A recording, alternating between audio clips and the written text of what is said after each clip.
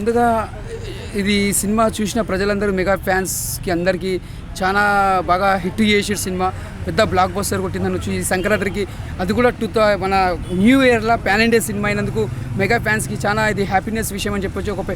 ఇప్పుడే సంక్రాంతి వచ్చినట్టు ఒక పెద్ద పండుగ లాంటి సినిమా, అలాంటి సినిమా ఒక సమాజానికి సంబంధించిన సినిమా తీసినందుకు అది ఇంకా ప్రౌడ్గా ఫీల్ కావాలి. ఇది ఒక లవ్ స్టోరీ కాకుండా ఒక యాక్షన్ మూవీ కాకుండా ఒక సమాజానికి ఎలా ఉపయోగపడాలి అన్నట్టు ఒక సినిమా శంకర్ గారు తీసింది కాబట్టి ముందుగా మనం ప్రౌడ్గా ఫీల్ కావాలి. మెగా ఫ్యాన్స్ అంతా చాలా బాగుంది. మనం ఒక టైంలో భారతీయుడు ఒక జెంటిల్మెన్ ఒకే ఒకరు ఎలా మనం ఎంత ఎంజాయ్ చేస్తామో, ఒక మెసేజ్ ఎలా ఉంటుందో ఈ సినిమాలో ఒక మెసేజ్ అనేది తీసుకొచ్చిన శంకర్ గారు. అంటే ఇది ఒక సినిమా ఒక వరల్డ్లో ప్రపంచంలో అందరికీ ఒక మెసేజ్ ఇచ్చింది సినిమా, ఒక గేమ్ చేంజర్. ప్రతి సీన్ చూసినా మనం ఎంజాయ్ చేస్తాం. ఒక తమన్ మ్యూజిక్ మాత్రం ఒక మన ఏఆర్ రెహమాన్ కొట్టినట్టు కొట్టిన మ్యూజిక్. ఇంకోటి చెప్పండి, హీరోయిన్ యాక్టింగ్ బాగుంది. శ్రీకాంత్ గారు యాక్టింగ్ చూడడం కూడా చాలా బాగా చేసింది.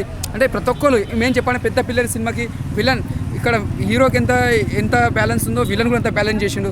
ఎక్కడ కూడా విలన్ కూడా తగ్గలేడు. మన ఎస్ఎస్ సూర్య గారు చాలా బాగా యాక్టింగ్ చేసిండు. అంటే ఇక్కడ కంపేర్ చేసుకుంటే ఇద్దరు బాగా చేసిండు యాక్టింగ్లో. ఇక్కడ రామ్ చరణ్ ఎంత బాగా చేసిండు, ఇక్కడ ఎస్ఎస్ సూర్య కూడా యాక్టింగ్ అంత బాగా చేసిండు. ఇక్కడ చూసుకుంటే వచ్చి మళ్ళీ హీరోయిన్ మన అంజలి గారు కూడా సెకండ్ పార్ట్లో మన తండ్రి క్యారెక్టర్లో హీరోయిన్ పాత్ర పోషిస్తాడు ఆమె అంజలి గారు. ఆమె యాక్టింగ్ కూడా చాలా బాగా చేసిండు. సునీల్ గారు ఒక డిఫరెంట్ రూల్ చేసిండు. ఇలా మళ్ళీ వచ్చి మన ఈమె వాళ్ళు ప్రతి ఒక్కరు ఆర్టిస్ట్ అందరూ మన శ్రీకాంత్ గారు యాక్టింగ్ అని, బ్రహ్మానంద గారి యాక్టింగ్ అని ప్రతి ఒక్కరు బాగా పండించారు యాక్టింగ్. ఎక్కడ కూడా బోరింగ్ లేకుండా ఇది ఒక సమాజ సినిమా. ఈ సినిమా మాత్రం చాలా బాగుంది. ఇప్పుడు నడిచే సమాజంలో ఎలా ఉంటుంది అన్నట్టు ఒక మెసేజ్ ఇచ్చిన సినిమా. ఇది బాగుంది. ఒక సంక్రాంతికి ముందుగా దూసుకెళ్తానని నేను మనస్ఫూర్తిగా కోరుకుంటున్నా. అందరికీ సంక్రాంతి శుభాకాంక్షలు. ఇది ఒక మూడు పాత్రలు బ్యాలెన్స్ చేసింది. అంటే ఏ పాత్రకి తక్కువ లేకుండా 3 పాత్రలు బాగా చేసిండు మన రామ్ చరణ్ గారు. ఎందుకంటే రామ్ చరణ్ యాక్టింగ్ చేస్తూ కూడా ఒక న్యాచురల్గా ఎంత సింపుల్గా చేస్తాడంటే, ఇప్పుడు ఒక స్క్రీన్ మీద చూస్తేమో ఒక రామ్ చరణ్ గారు చూసినామంటే ఒక డిఫరెంట్ రూల్లా కనిపిస్తాడు, ఒక డిఫరెంట్గా చేస్తారు రామ్ చరణ్ గారు. అంత బాగా చేసిండు. ఆల్రెడీ పవన్ కళ్యాణ్ సార్ ఏం చెప్తాడంటే, ఎప్పుడైనా కూడా రామ్ చరణ్ గారు యాక్టింగ్ చేసినా కూడా ఎంత బాగా చేస్తాడంటే, నా గుర్తులో ఎంత బాగా చేస్తాడు, ఎంత సింపుల్గా చేస్తాడు యాక్టింగ్. కూర్చుంటే సైలెన్స్ కూర్చుంటే కానీ స్క్రీన్ మీద చూస్తే మాత్రం ఒక విశ్వరూపం చూపిస్తాడు స్క్రీన్ మీద యాక్టింగ్. ఆ ఏడుపు యాక్టింగ్ చేయాలన్నా కూడా అలాంటి చేయాలంటే మ్యాక్సిమం చాలా కష్టం. ఒక సీన్ ఉంటుంది అలా గేమ్ చేంజర్లా, నీళ్ళల్లో కూర్చొని ఒక డైలాగ్ చెప్పడానికే తిప్పల పడుతుంటాడు, నత్తి ఉంటుంది కొద్దిగా.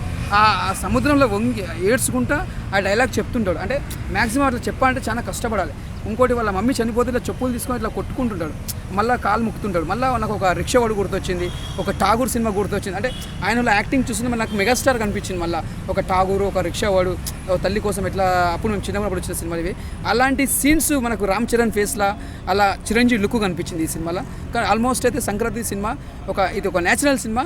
అందరు చూస్తారు సినిమాలు. పబ్లిక్లో మాత్రం మంచి message cinema, block buster movie చెప్పవచ్చు. ముందుగా తమన్ గారికి హ్యాట్సప్ చెప్పాలి సార్. మీరు ఏఆర్ రెహమాన్ లెక్కన మ్యూజిక్ కొట్టిరు, ఎక్కడ తగ్గియకుండా మంచిగా కొట్టిరు. మ్యూజిక్ మాత్రం దుమ్ము లేచిపోయింది.